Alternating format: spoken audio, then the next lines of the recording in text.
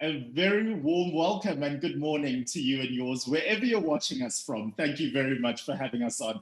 My name is Sia Sangweni, and once again, very, very pleased and beyond honored to have the pleasure of being your master of ceremonies and moderator this morning for our next in the series of our Future of Media Digitized series. Every single month or so, we have conversations that hopefully spearhead the industry forward. We're living in very complicated, confusing, frenetic times. And so, armed with a panel of very esteemed, very astute, and people who just know their stuff, we are able to have these conversations every single week that will unpack every single month rather, that will unpack various topics and help you wherever you are, whether at the office, whether you are strategizing with your brand, whether you're trying to report back to your clients, or whether you're trying to broach a new audience into the swing of things. These conversations are pivotal to be able to look at where we are currently, try to make sense of things, but more especially look onwards and forwards as we strive to take steps forward and ahead. So thank you so much for making the time to spend the next hour with us. I'll introduce my panel in the next little while, but of course, I just want to highlight that an event like this would never be possible without some extraordinary partners who are backing us up and making this possible. So a big, big shout out goes out to Out There Media for making today possible. We absolutely appreciate it. And so the conversation continues. As some context, if you've been living under a rock, well, you have been missing out. I say it every single month, and I mean it every single month. If this is your first time that you are joining us, well, you're absolutely missing out. When terms like being agile or expecting the unexpected have become buzzwords in the past, but now are really coming to fruition. All predictions of how 2020 and 2021 would pan out were really put on hold, and all bets are off. So as we navigate the space in 2021, it seems like this year has become more about questions than it is about answers. So it still, though, gives us an opportunity where we can collaborate, where we can learn from each other, and where we can also forge a view of fast-paced changes in a very increasingly fragmented media and economic landscape, both locally and globally. So, which leads us to this morning's topic. Before I even introduce it, let me just ask you this. You don't even have to answer, but you know yourself. Is your phone within arm's length right now? Can you reach your phone in arm's length? I kid you not, probably all of us have agreed upon it. As much as I'm very focused in here today, I'm also just 2 seconds away from my phone, if even, which speaks to exactly the times that we're living in right now. Today, we'll be looking at the power of mobile advertising in this COVID-19 era. There's so much to unpack around this. And so I'm glad and excited to introduce my guests and panelists this morning who are really well-versed in being able to unpack and explore this topic with me. So without wasting any more time, please help me welcome Donald Mogale, CEO of Sub-Saharan Africa at Out There Media. Good morning, Donald. How are you? And that's the first person with the muted button this morning. Sorry, that was a bit of an inside joke. Good morning, Donald. How are you? Good morning, Sia. How are you? Thank you for having me. I'm extremely excited to have this conversation about the power of mobile advertising, and in particular, our arm's length device here, which some of my friends call the idiot box. But yeah, I'm excited. Thank you. Idiot box, to some people, it might better equip them with intellect. So, debatable there. We also have Mbulelo Pahlana, Media and Digital Manager at Record Africa. Good morning, Mbulelo. How are you? Good morning, Sia. Very well, thank you. Thank you for having me. I'm very looking forward to having this conversation with you guys and sharing some insights with regards to all that is mobile in this very interesting time that we face. Awesome stuff. And then we have Wandisile Nkabinde, Senior Manager, Media and Digital Marketing at MultiChoice South Africa. A bit of a mouthful of a title, which means you do a lot of work, Wandisile. Good morning, and how are you? Hi, Sia. Yeah, man. I'm very excited to be here, and I'm looking forward to it. Great to have you. And last but definitely not least, Clare Trafankowska, who is the Managing Director of iProspect South Africa. How are you, Claire? Good morning.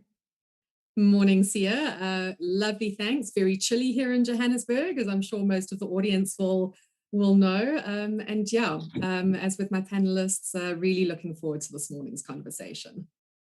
Fantastic. So before we dive into the conversation, I do want to implore you, wherever you're watching us from, to please engage with us on this topic. We have our poll and feedback segment of this morning's runnings, and we'd love to hear from you. So specifically, we'd like you to complete the poll, which is right next to me somewhere here in the box, by answering this question, which is, why do you think mobile advertising is so effective? So why do you think mobile advertising is so effective? Is it number one, more people have access to mobile? Number two, people don't like to leave their phones alone? Number three, there are more ways to deliver a message? Or number four, it's more personal? So please feel free to complete that, and we'll be able to, bounce things off with you as this morning goes on. But Wandisile, just on that note then, and in kicking the conversation off, I want to start off with you and being able to pick your brain.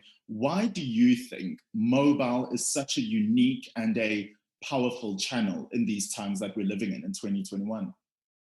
Hi, Sia.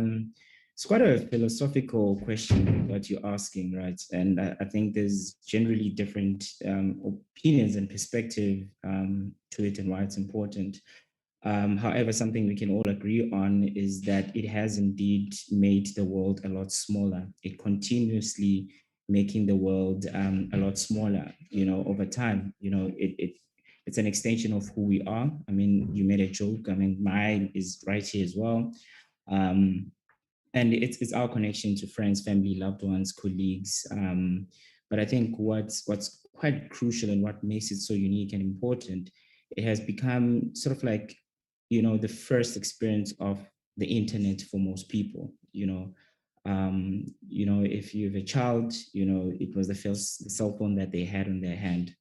And once they start getting into YouTube for Kids and all these platforms, if it's an elderly parent, you'd find that it's mobile where they first interact with a WhatsApp, as an example, before moving to Facebook, before moving into other sort of like forms of digital. So it plays quite a big role to how it's connecting the world. Right.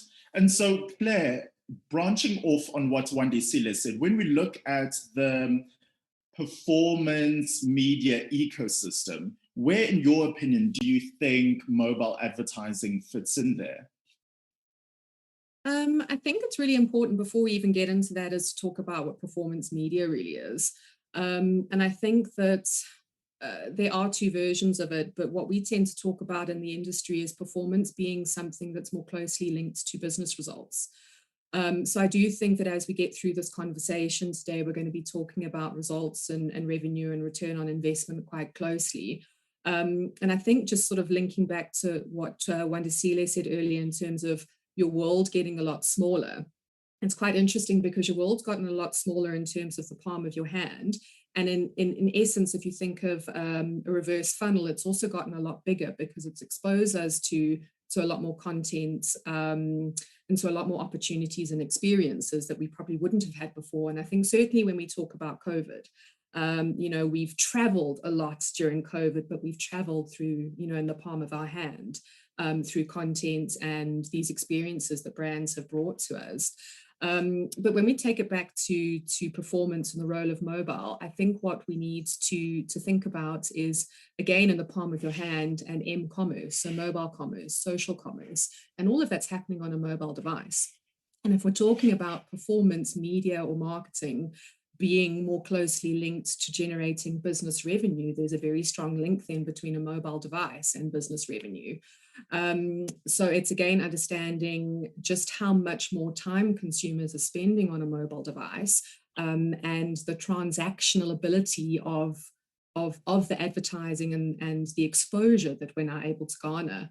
I think that what a mobile device, or I believe what a mobile device and mobile advertising does, is it has the ability to mitigate media wastage, because we talk a lot about thumb-stopping experiences, when we talk about mobile experiences. And I think that's can be a separate conversation because there's a lot of responsibility and challenge that goes with that.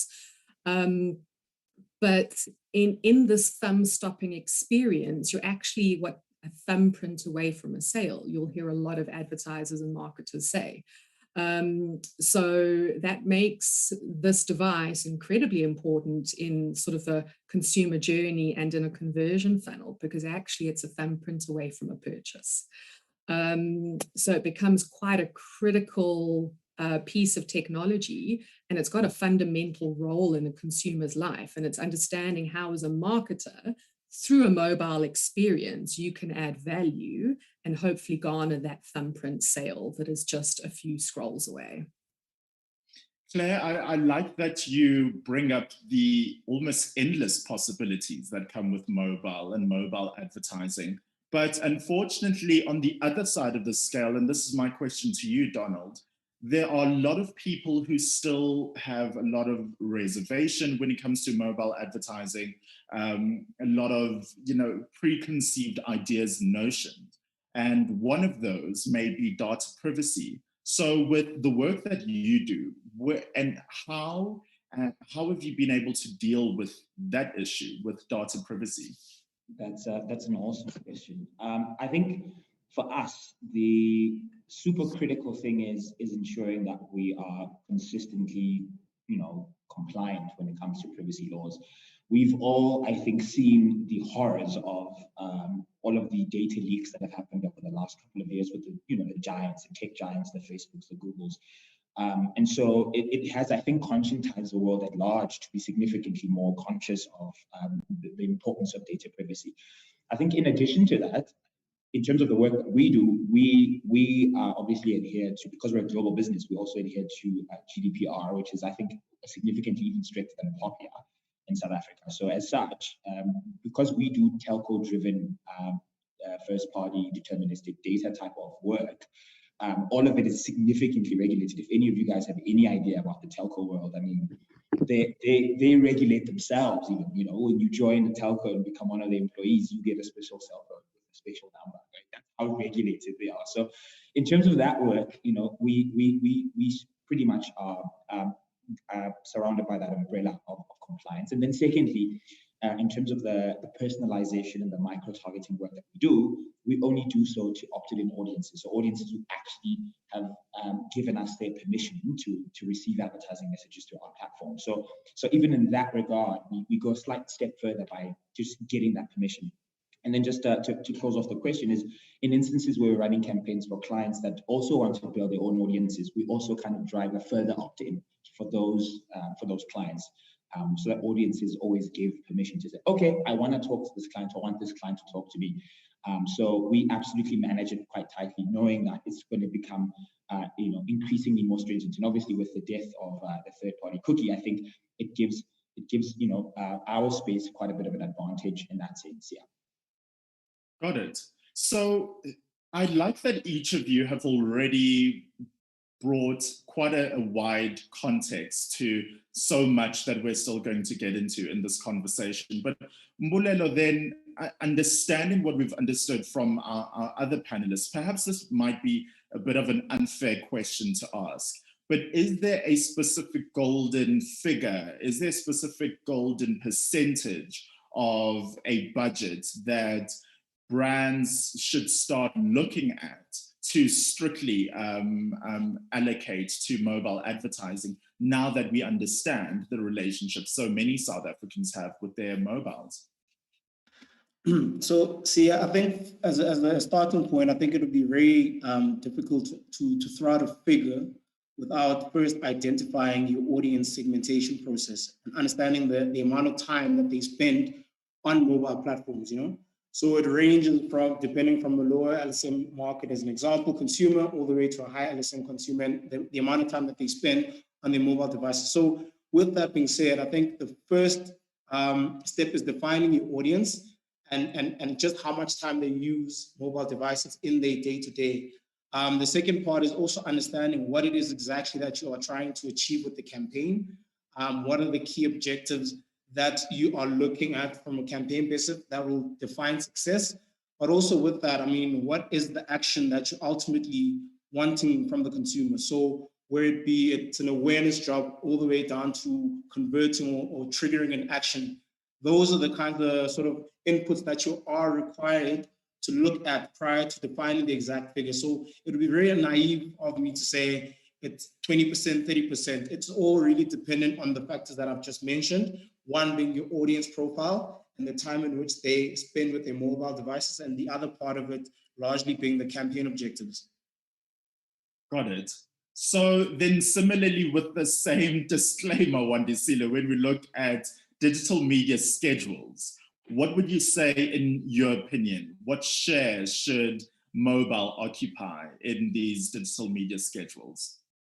Yeah, it's quite a good question, right? But it generally boils down to, what product you're selling. It's what's the purchasing funnel of that specific product that you're selling and the consumer that you're actually targeting. So it's going to differ depending on whatever brand that you're working on. I mean, there's various cases. If you're selling maybe from a vehicle point of view, and a person wants to configure a brand new vehicle that they want to buy, they generally want to see a full on screen so that they can sort of like get immersed in the whole experience itself. But again, with mobile, it also has a specific role to play if I want to purchase, order something online, whether it's food or anything like that. It plays sort of that specific role. So in our end, and we'll get into that conversation a lot later, because obviously there's a big ROI conversation that we get into in terms of determining whether the share in terms of budget splits goes into mobile or tablets or it goes onto desktop. But how we normally sort of like spread it throughout is, and it's based on previous insights and previous campaigns and what has worked for us, is, for more affluent consumers, the focus generally sits about 60% towards mobile. And then with between tablet and desktop, they take 40%, with tablet normally taking about 10%, and purely based on our return on ad spend that we've seen through the years with that specific consumer. And then once we get into the middle market, so to speak, it's normally a 70%, 30% split, 70 being generally on mobile. And then again, once we go to a mass market, right, it's normally about 90 to 95% in terms of obviously favoring towards the mobile. And it boils down to the conversation and everybody, what the guys have mentioned. I mean, a big portion of the country's population sits on youth, and mobile plays quite a crucial role in it. And a lot of the guys are sitting on mass as well as the middle market. So hence, mobile becomes quite crucial for us when we start doing our budget splits. Got it. Thank you. Claire, it was Donald a little earlier who alluded to or made the first mention of the third-party cookie, and rather the death of the third-party cookie as well. So understanding that and knowing where the industry is at right now, in your opinion, how do you think that sort of telco data will be of benefit to brands as we move forward? Sia, could I pause on that question and just delve back into the previous conversation, if you don't mind? Sure.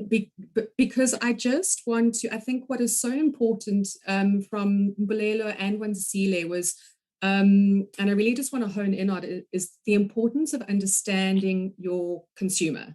And I think that sometimes what we forget when we get is that by rights and by virtue of the role of this mobile device and the importance of it in a consumer's life, that actually by default, a lot of what we plan is going to naturally translate onto mobile, because we know that particularly in our market that 90% of all Facebook access is done via mobile.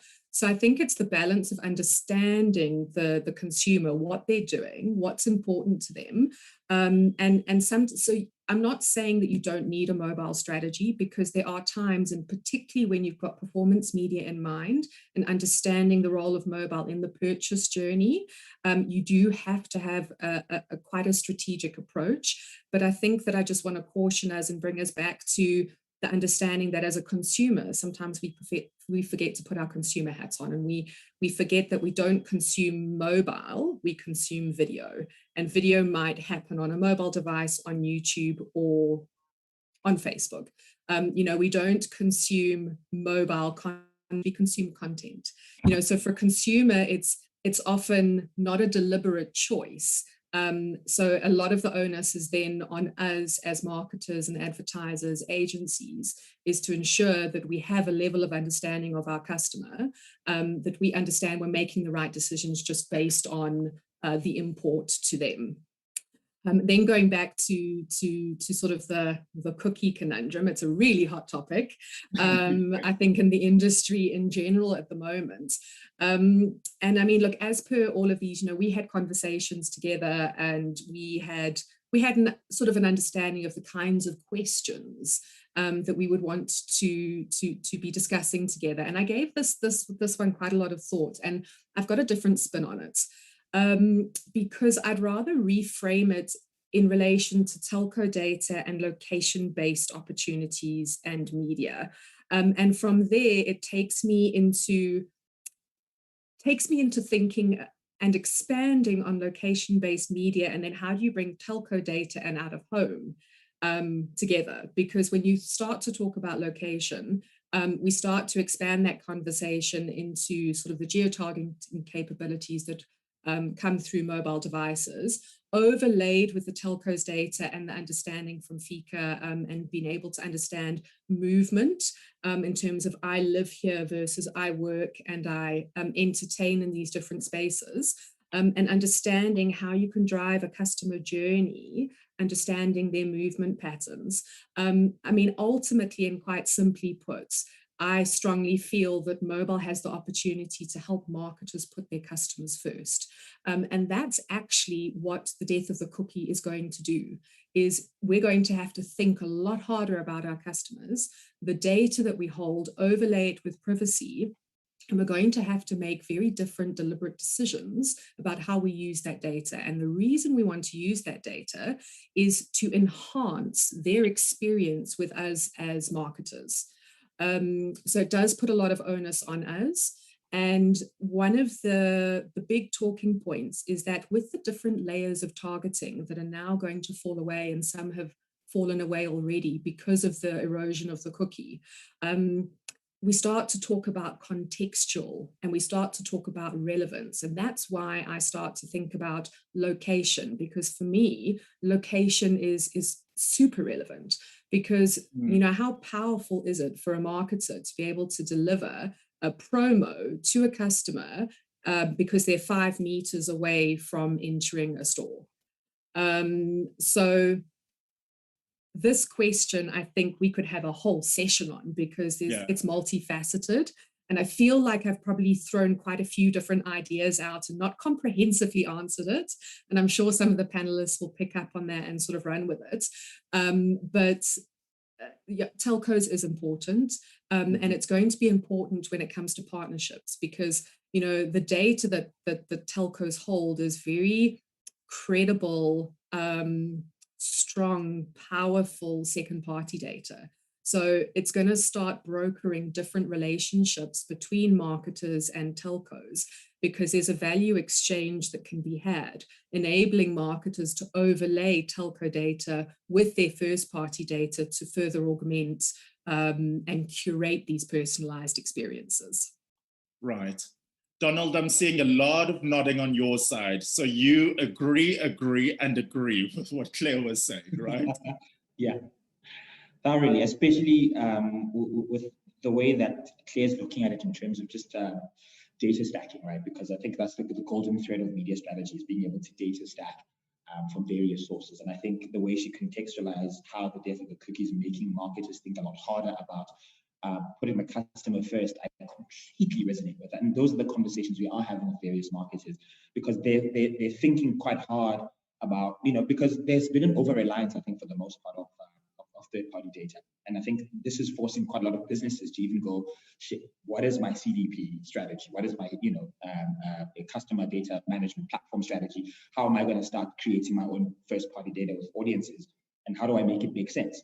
Not only that, but how do I overlay other data sets, such as telco data, to be able to reach them in a more relevant way, in a way that drives return on ad spend. In fact, this kind of reminds me of if you don't mind me sharing this very quickly, of an existing, these are essentially interim, it's an interim results, if I can call it that. Just give me one moment while I quickly share my screen here. Please confirm if you can see this. We can.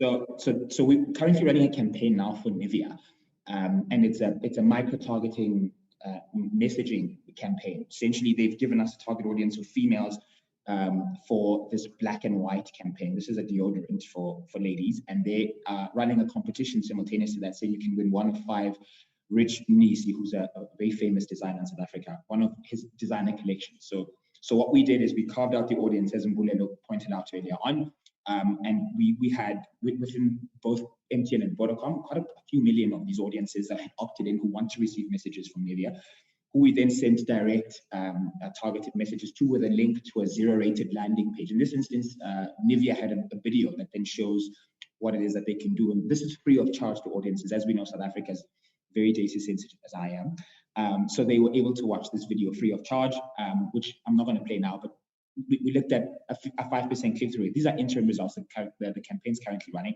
Then from there, on the landing page, there's then all the instructions on how to enter, which has a purchasing component. So as it stands, Nivea are on a daily basis receiving all of these entries. And these entries, you can't just enter without buying a product. So from a return on ad spend point of view, it's really stretching the rand. And so this is, again, the power of being able to segment and drive relevance. So back to Claire's point, really, it's driving relevance at scale requires you to have data that enables you to understand what is the consumer looking for and what makes sense to them. And Donald, to me, this echoes both what you and Claire have already touched on, but I would like for you to further elaborate on the point of putting the customer first, but then on top of that, the focus on value that the customer will be getting in such an instance, and specifically taking back to agencies or brands or advertisers. Can you speak about the importance of creating a clear strategy that focuses on value at the end of the day? Yes, I'm a big advocate of brands and businesses driving value, right? So Claire earlier on used the words, whilst the mobile device has made the world smaller, it has in many instances also opened up the world and made it larger as well because of the amount of content that's available to consumers. Meaning, in addition to that, you're also getting consumers getting a flurry of messages all the bloody time, everywhere, right? And so there's an oversaturation. And so already the customer is burdened with remembering who you are, remembering exactly what you're selling, and then having to be convinced as to why it is they must make the purchase. So value, I'm arguing, is the thing that's going to make them purchase it, in addition to all these other things, right? But value, at the end of the day, for me, especially in the times that we're living in now, we saw the price sensitivity, being very, very intense. We saw people when lockdown level 5 hit, and they were just literally, buying in bulk. And price sensitivities became a very, very critical thing. So for me, value is the important thing. And so in my space, because I've got an audience that's already opted in, I always, advise the clients that we work with to say, don't just give them the same message you're giving them on Facebook or TV. Give them a special message because this is a different platform. And as such, you must give them reason to buy. So if you're just saying the same message to them on the mobile device that you are on TV or radio, you're not really doing anything different. You're just adding to the noise. And so my argument is that you must customize. And I know this is often a function of budgets with marketers, right? Because they're not able to have contextually relevant ads all the time. But I think they do need to think a little bit harder about where they spend their money, how some of the money they spend in other areas, and really stretch the rand by driving customized value to each platform that they're advertising on. So for me, that is the trick, is marketers need to understand that if you're not selling value to a customer, then what are you doing? What are you selling exactly? Right. So, Mbulelo, then that brings me to wonder, with all of these perks of mobile advertising and looking at the industry overall, would you then say agencies are utilizing mobile to its fullest extent? And if not, why do you think they aren't, or what do you think is holding them back? I think, Sia, over the years, we've seen that agencies are starting to understand the role of obviously mobile within the ecosystem of the media strategy. And I think also Donald just mentioned gone are the days where people look at TV ads and then reapply or repurposing them for your mobile devices and just putting those ads out.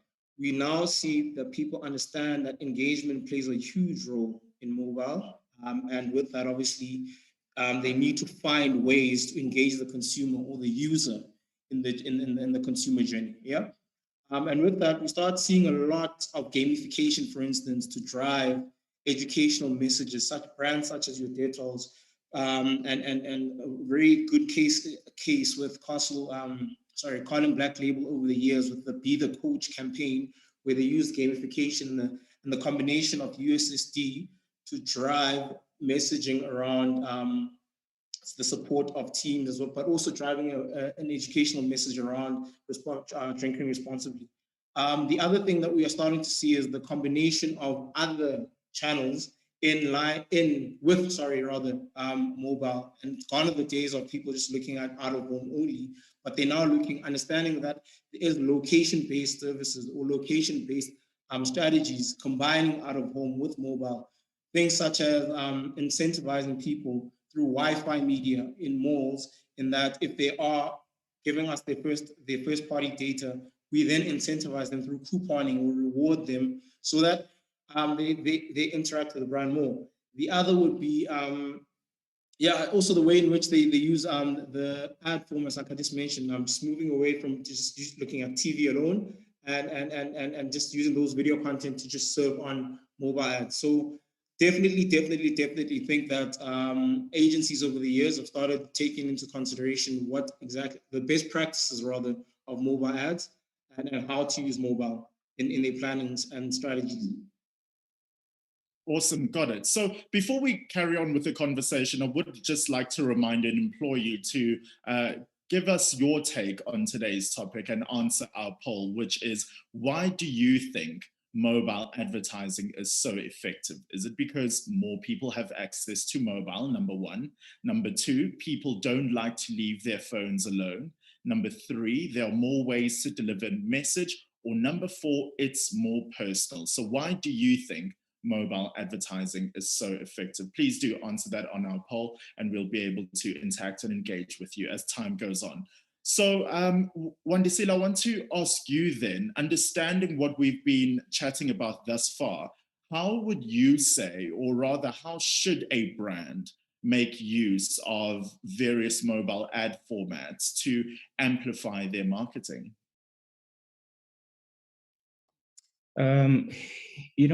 Sia, I'm listening here and we're chatting, and I think one of the honest conversations we need to also have is what we define as value. Is value sitting on product, or is value sitting product or service, or is the value sitting on marketing, right?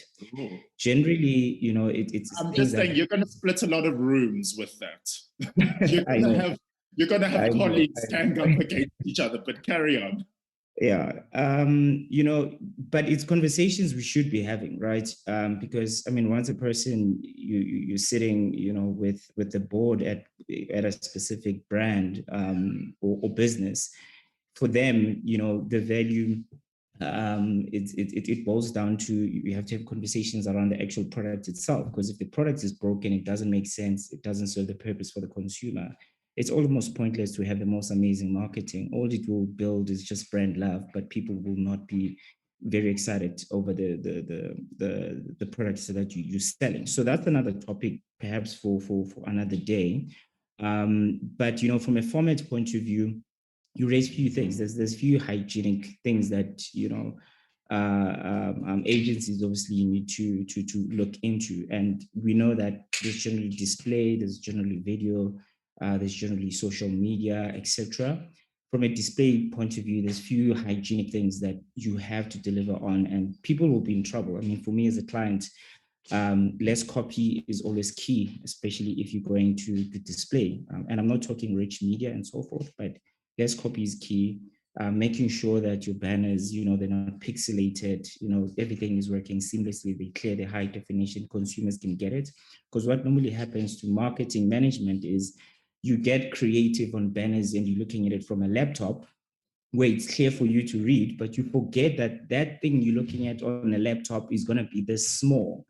And you find a lot of brands making those mistakes, trying to tell the whole, you know, product on a banner. So those things just minimize obviously a lot of copy, do a lot of testing. Testing tends to help quite significantly as well. And a very clear call to action as well. In what exactly are you asking of a consumer to do, right? And then from a video point of view, you know, I'm not going to touch into duration much because it's again, it's an argument we can have, because personally, I've seen 5-minute videos doing quite well in certain platforms. As long as the creative it's great, people will watch, right? But you know, we know in school of thought that on social media, the shorter the duration, generally the better. Again, we know schools of thought around, especially if you're going to use video on mobile, close-up shots are normally better, the way we're looking at each other. Imagine if, you know, this conversation, you had a whole landscape view. So brands tend to make a mistake of taking, obviously, TVCs and placing them at digital platforms, which is a huge mistake. We should be creating assets and video assets specifically for digital platforms. We talk about it often, but guilty as charged as well, we don't do it as often as we should be, right?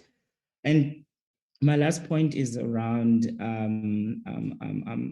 what impact that you're trying to land within, you know, especially on video. It has to be landed as quickly as possible, because it's like speed dating. You literally have 5 seconds to impress me. You can't go on and just release your brand and talk about your brand at the last frame, the last 30 seconds. So marketers have to think very carefully how they treat display. There's a lot of courses around that, how you treat your video, how you treat social media as well. And the most important one as well, remarketing.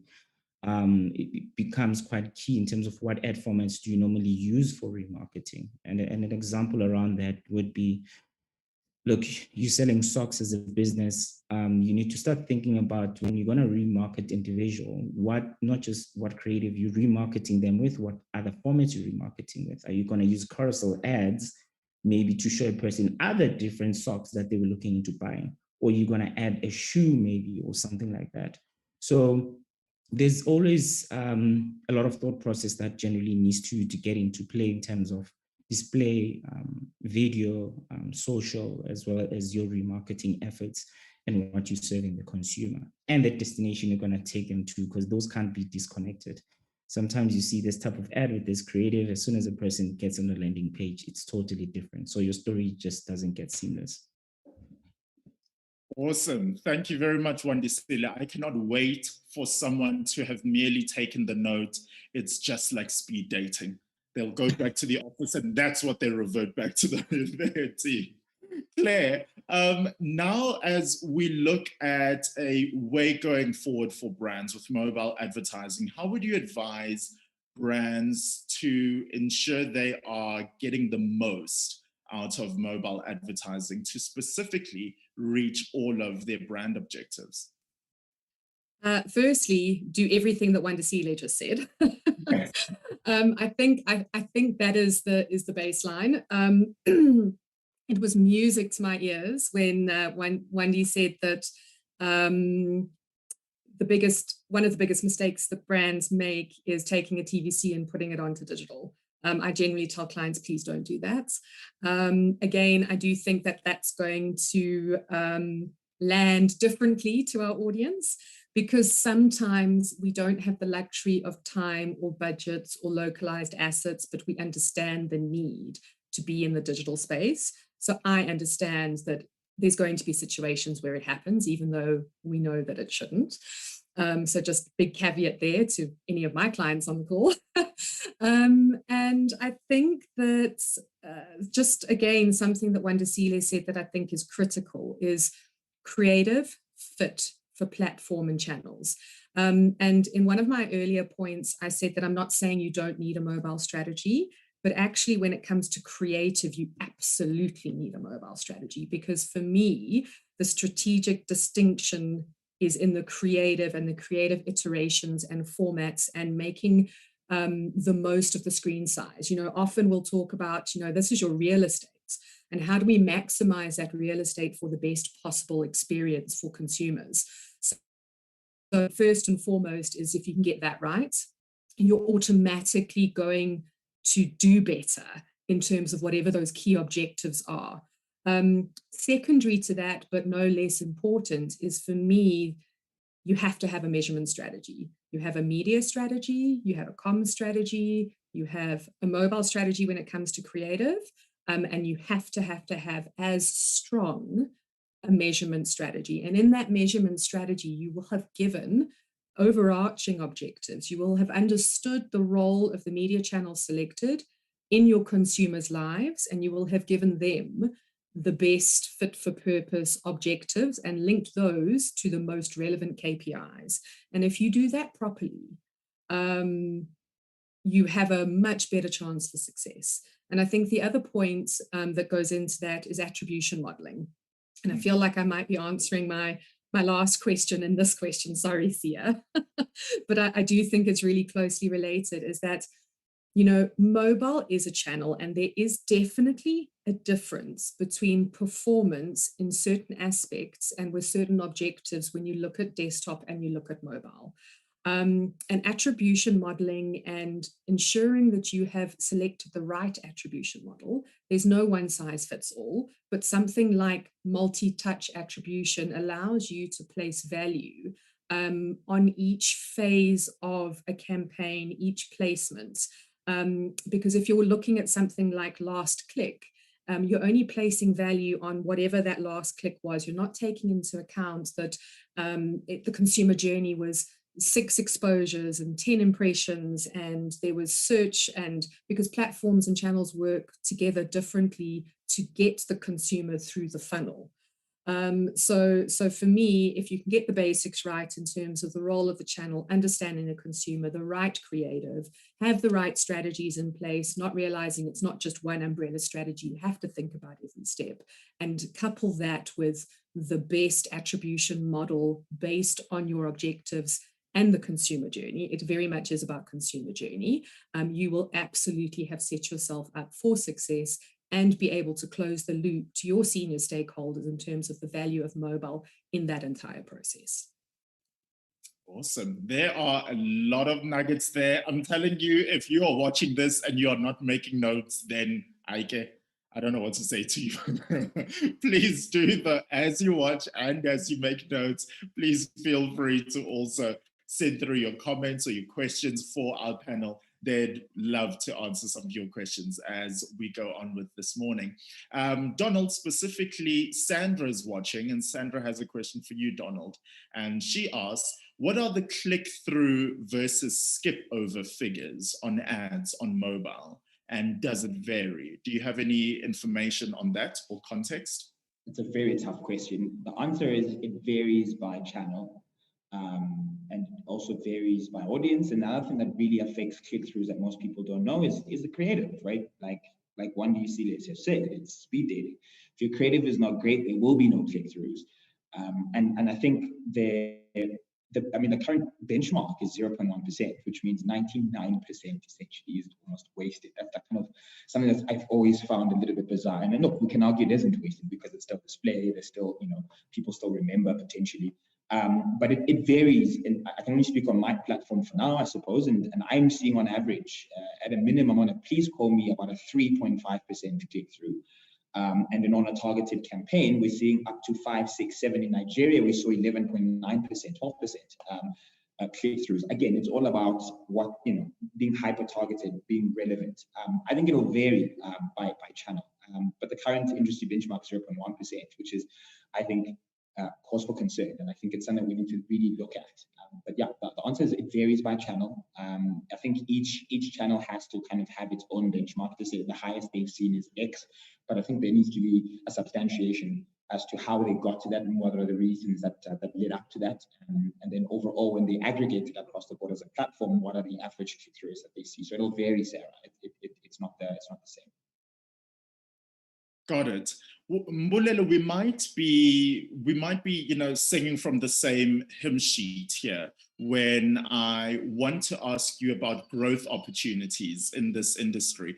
And specifically, why would you advise brands to include mobile advertising as part of their multi-channel approach? So I think, Sia, right at the beginning, we mentioned that mobile is a big part of everybody's lives, yeah? Where it be South Africa, Africa, whatever. And with that, obviously, it's for a lot of people, it's the first source of information when trying to understand things within their lives, things that they see outdoors, whatever it is. It's the first point of contact because it's consistently with them in their hand, in their pocket. So they use that as the first point of contact. A recent stat was released that in South Africa alone, I think there's 100 million users on mobile. And if you think about it, that's almost twice the population size of South Africa. And that obviously is driven by the fact that people have multiple mobile devices, not only one. And with that 100 million people on average spending, 6 to 8 hours a day. So that's almost a third of their daily life on mobile, interacting with mobile through social media, through e-commerce, through just generally finding information. Another interesting stat that we saw is that on Checkers 60 recent figures released is that about 60 to 70% of the purchases made on the platform via e-commerce is done through mobile. So, I mean, that sets a sort of a fundamental platform to give you an understanding of why mobile is important and why brands need to consistently consider mobile in their media strategies. That being said, however, I do go back to the original conversation had to say it ultimately also depends on the amount of time or the amount of investment rather in mobile depends on the strategy, the campaign objectives, as well as your audience. So Wandisile rightfully said earlier on that we see like a higher penetration around the mass market from a mobile perspective, and then it also like it dwindles or decreases the higher you go. So fundamentally, one needs to understand the role of mobile in the media channel or the media ecosystem before defining the amount or the amount of the investment or just the proportion of the channel in itself within the media strategy. However, that being said, I do advise that brands do definitely look at mobile as a point of contact, given the fact that it plays such a huge role in the consumer's journey in their daily lives. Got it. And then that leads me to pick on some of the things that you've said there and ask you, Wandisile. At the end of the day, we want to see if mobile advertising will work for us as a brand, which then comes to measuring as well, or measurements, as we've alluded to a little earlier on in the conversation. How do you begin to measure mobile advertising ROI? Cool. Before I jump into that, I will go back to what I think was Sandra. I can't remember the question they were asking, and I would encourage Sandra to look into attribution modeling that Claire was talking into in terms of clicks and flick-throughs, because that's what it generally tends to answer for you. Because an individual might have seen the ad and flicked through on Facebook, but then convert on search. So that still counts, even though they flicked through because they did see the ad. So I'd really advise them to at least start reading on that. Obviously, I'm not going to dwell too much into that aspect, but attribution modeling is actually what it generally tends to answer, removing us from an old school way of looking at last click and click-through rate and attributing success on that last click. And then regarding ROI, for us, it's quite simple. It's quite a short answer for us. We always track return on ad spend. And again, I do encourage people to look into that. So when it comes to KPIs, obviously there's general benchmarking against every single campaign, against CPM, CTRs, CPCs, etc., CBDs. But there's a line item around return on ad spend. So how it's generally calculated, the formula is quite simple. It's literally revenue divided by your advertising spend. But it's always key for as a marketer to know your revenue structure for your business. And bear in mind, by revenue, it's not necessarily leads or the number of sales in quantity. It's how much the business made from that specific aspect. And I'll make an example with our business. We've got a lot of packages, but to name the top three being premium, compact, and access, you need to note that if we're marketing to these individuals around the same period, how much it costs for premium, let's say 900, to how much it costs for a person who's sitting on access, which is about 100 and something. You might find that 2 people sitting on premium, and it would take 10 people sitting within the access space, because it's such, from a revenue point of view, it's much less. So how we calculate it, it's basically, so the package itself, how much it costs, the quantity itself, and how much you spend on advertising within that space from a premium point of view. And then you get a certain percentage in terms of how it looks like. And then for mobile, then you go deeper, you start to look at, okay, cool, how much revenue within the customers that actually engaged and converted using mobile? How much revenue did we actually get from a business point of view? And then you'll start to have a clear distinctiveness, how much revenue mobile brought in compared to desktop, compared to tablets, and so forth. And then you'll break it down by different segments, depending, how your business is sort of like structured. So that's how you normally look into it. And then as soon as you have that insight, that's what would determine for you how you start to split your priorities, as your first question when you asked me earlier, as to how you start to split your mobile versus desktop spend. It's based on those sort of like revenue insights, but it boils down to understanding the revenue structures within your business. You might find that agencies won't have those numbers. They will have sales maybe and leads, but not full on revenue numbers. So it's a case of, as a marketer, you have to obviously share these with your agency so that they're also aware where the business is actually performing quite well and what's bringing in the most money into the business. Right, thank you, Wandisile. I want to throw to the whole panel 2 questions that we have from our audience, and I think these particular ones are quite interesting. The first is from Maxine. Maxine asks, how does POPI, the Protection of Personal Information Act, I love how I say that, and I have to explain it to you, the panel of esteemed people. Anyway, how does POPI affect mobile advertising? And Maxine specifically asks, with regards to geo and location-based targeting. Does anyone want to take that? Donald? Okay, so POPI essentially prevents advertisers, media owners, publishers from using consumer data without having the permission from the consumers themselves.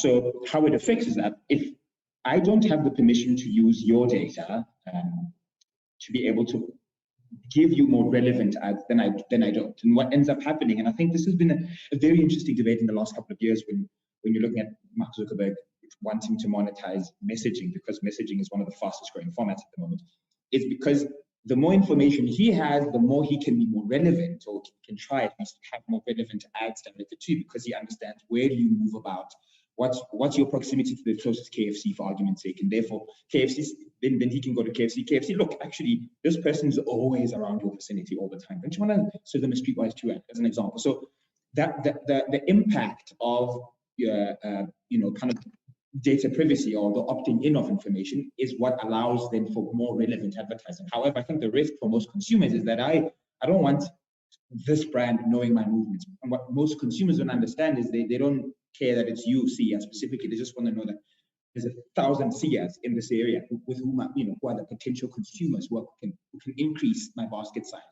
So from that point of view, POPI essentially protects you, the user, also from fraud, right? Because we've also a lot of data fraud companies who are selling people's information so that they can give them to these call centers, who then try and upsell you a whole host of products that are not relevant to you. So POPI, from that point of view, from an advertising point of view, protects consumers in that sense, but it's the opting in component that's important. And so for things to be properly compliant, they have to have had audiences opt in and voluntarily provide their information so that they can then receive relevant ads.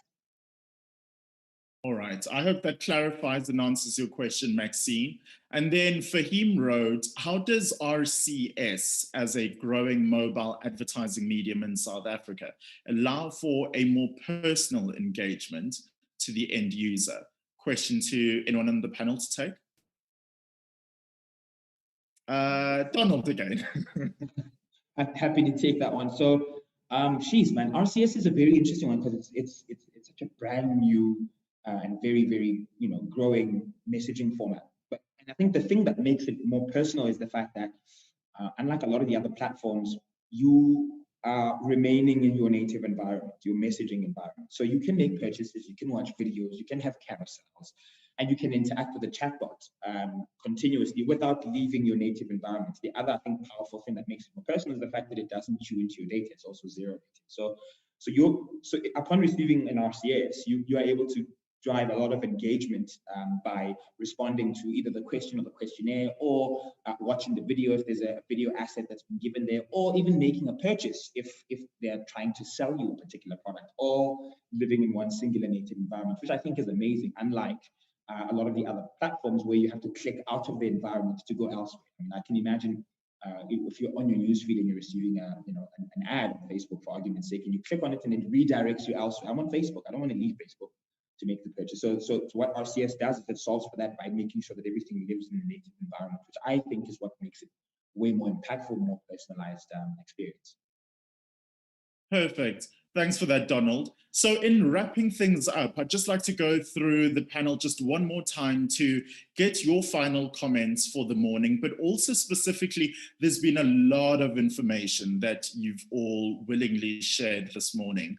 How would you just put people at ease to say, this is an exciting time. There's a lot going on, but there's so much to learn, and there's so many great prospects that lie ahead. So all of that, just in summing up your final thoughts for this morning, let me start off with you, Claire, your final thoughts. Thank you, Sia. I think that I'd like to leave everybody, excuse me, with something I said in one of the earlier conversations, in that mobile has the opportunity to help marketers put their customers first. Obviously, there's a lot of layers to that, but if at all times, when it comes to data privacy, creative, consumer experience, and landing page optimization, if at all times we are putting the consumer first, we shouldn't go wrong. Got it. Wandisile, your last points for this morning. I think to build what Claire mentioned, I think with machine learning, it opens up a lot of opportunities for us to, offer customers, things that are precisely to their needs, because it's always said that, your device pretty much knows more about you than you know about yourself. And, with lots of advances going within that space, not a lot of guys have got it right, but I know for the future, some machine learning is going to get improved over time. And it's exciting times, because at least now consumers will be offered, things that are more personalized, things that make more sense, things that can really solve whatever problem that they might have, whether from a product point of view or from a service point of view. So great times ahead from that perspective.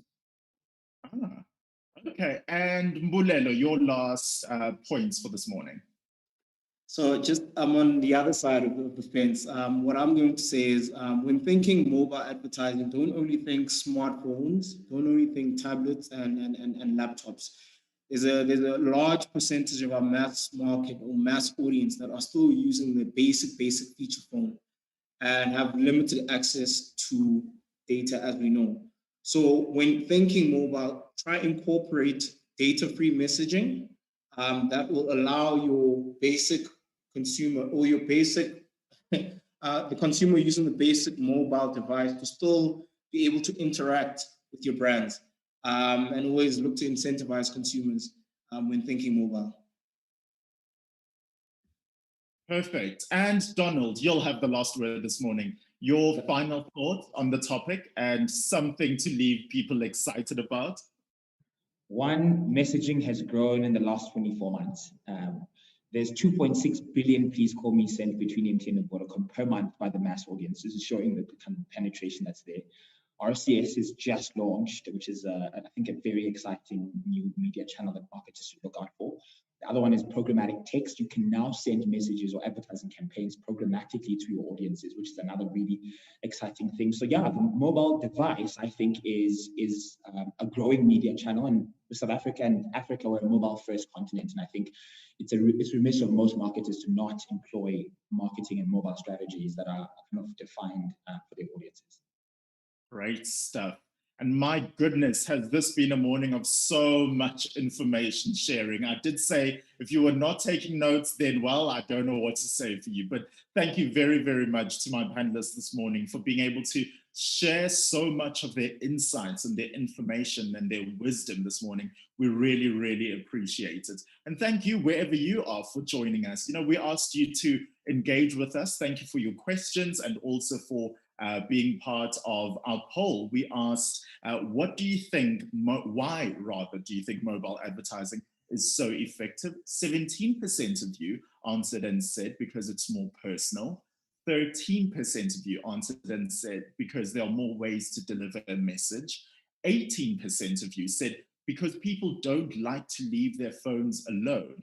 And then an overwhelming 53% of you answered and said, because more people have access to mobile. Isn't that interesting? Well, thank you very much for your insights. And just before we say goodbye, thank you very much to my panelists for being here this morning. You guys were absolutely awesome. Thank you very much to Donald Mogale, CEO of Sub-Saharan Africa at Out There Media. Thank you very much to Clare Trafankowska, Managing Director of iProspect South Africa. Thank you very much to Mbulelo Pahlana, Media and Digital Manager at Record Africa. And thank you, Wandisile Nkabinde, Senior Manager of Media and Digital Marketing at MultiChoice South Africa. Another big, big thank you goes out to our partner who made this morning possible. Thank you very much to the good folks at Out There Media. We absolutely appreciate it. And thank you for watching this morning. You know, what I got is that there's a recurring theme that there's so much more to unpack. There's so much ground to cover in this morning's topic that we will still get to at a later stage in our series. So that means you should join us next time. Thank you so much. We're looking forward to you being part of our next Future of Media Digitized event. Until then, my name is Sia Sangweni. Have a fantastic day.